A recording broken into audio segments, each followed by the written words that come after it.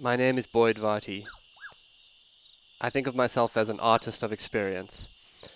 My passion is to create transformational experiences for myself and others as a way to explore what it means to truly live.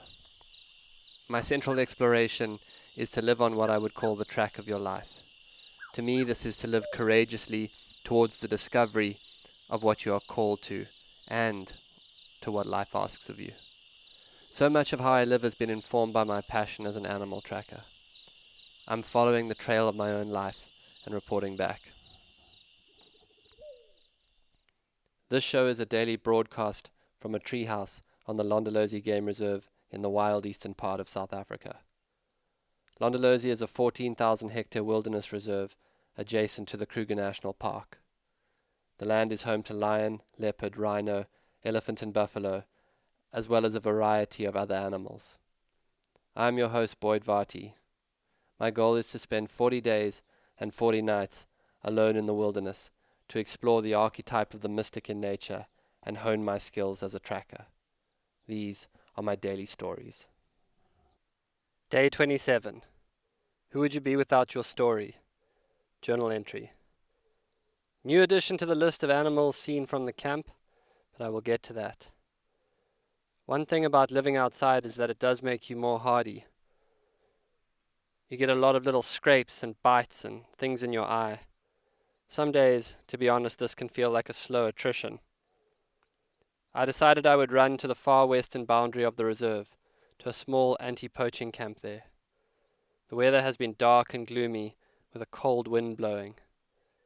Some days when it's cold, the other side of solitude is just the feeling of being alone. With no stars and no moon, the night can kind of close in on you. It can feel oppressive. No matter how much meditation, journaling, qigong, yoga, chanting, singing, running, tracking you do, the isolation is just what it is. Isolation. You might get a sense of the story I was in on day 27. Anyway, I ran out through high terrain, through dark soils and red grass. Far to the west I could see the Drakensberg Mountains. I ran through stony dolerite and open plains. I saw herds of wildebeest and zebra, and even a family of ostriches.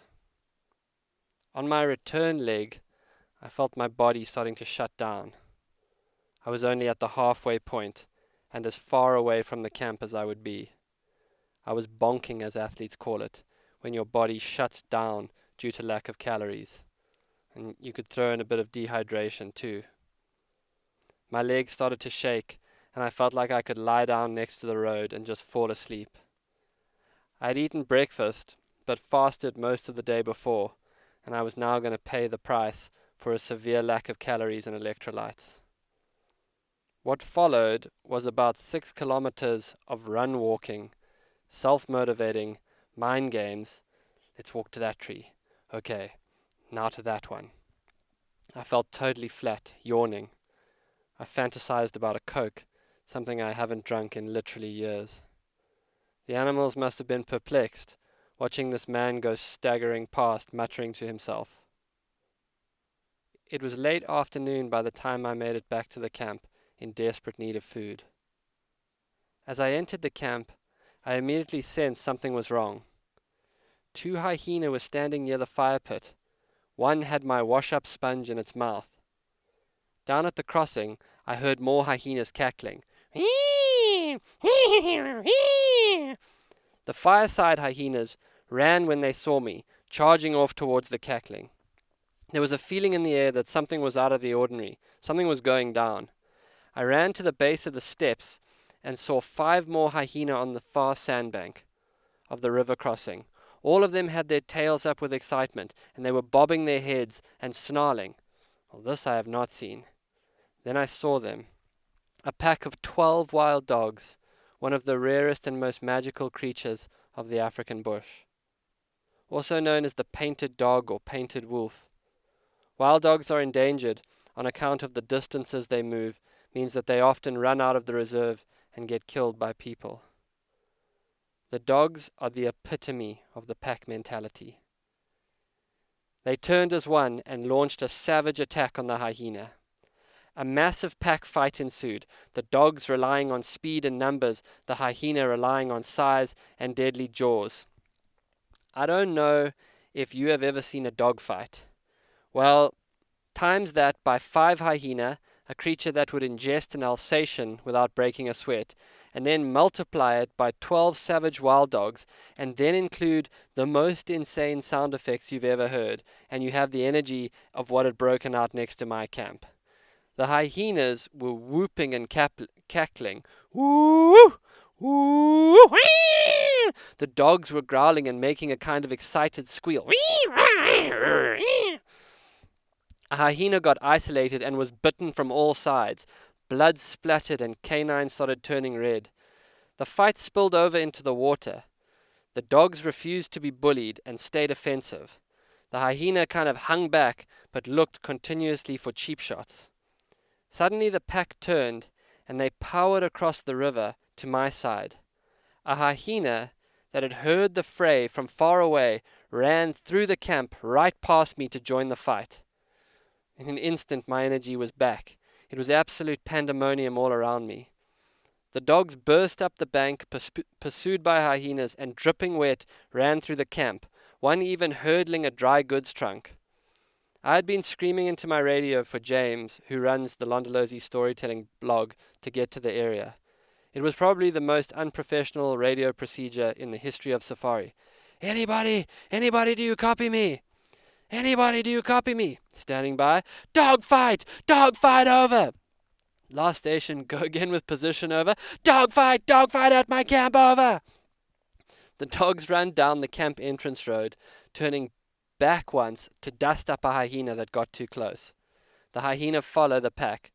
What they're trying to do is stay near the pack so that they can steal kills if the pack makes one.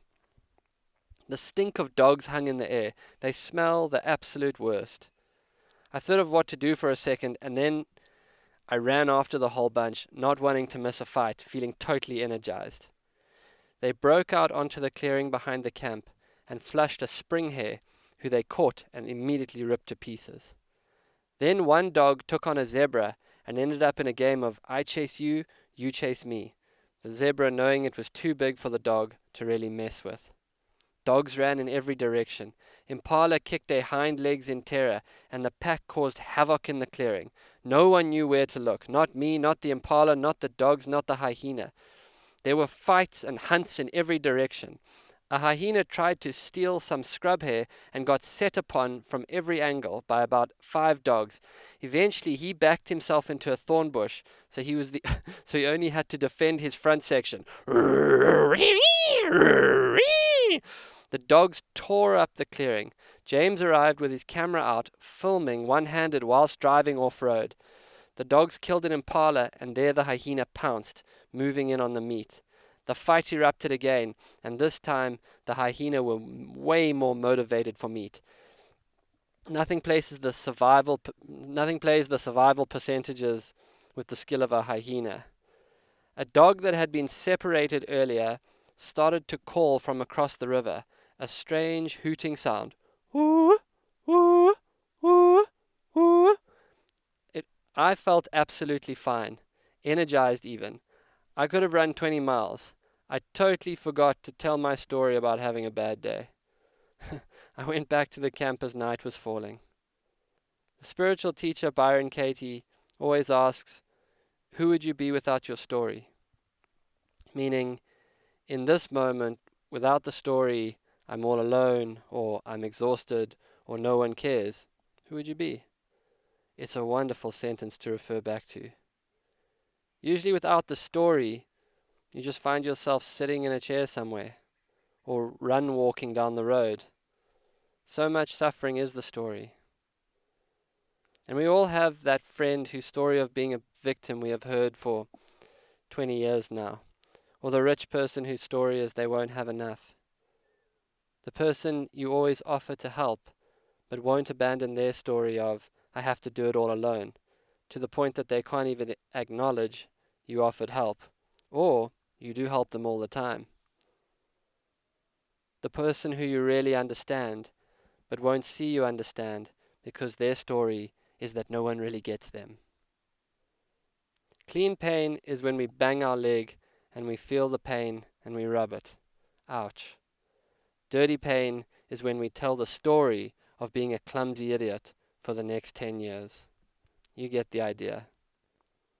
Even just the awareness that mostly we live in our story of what's happening rather than what's happening is powerful. And it's amazing how the stories we believe seem to always come true. I mean, just believe the story I always get overlooked and see how that prophecy self-fulfills. There's a weird metaphysical component to how life follows our stories. The key, it seems, is to pay attention to the ones that cause suffering. And the question then is, so what story are you telling yourself that's causing you to suffer? Because what I'm saying is you have basically two options to become more aware. You can start asking yourself what story you're telling about yourself or the moment when you're suffering, or you can get in a hyena wild dog pack fight. Both seem to work for me. 4-0, out. This has been another episode of the Track Your Life podcast with Boyd Varty.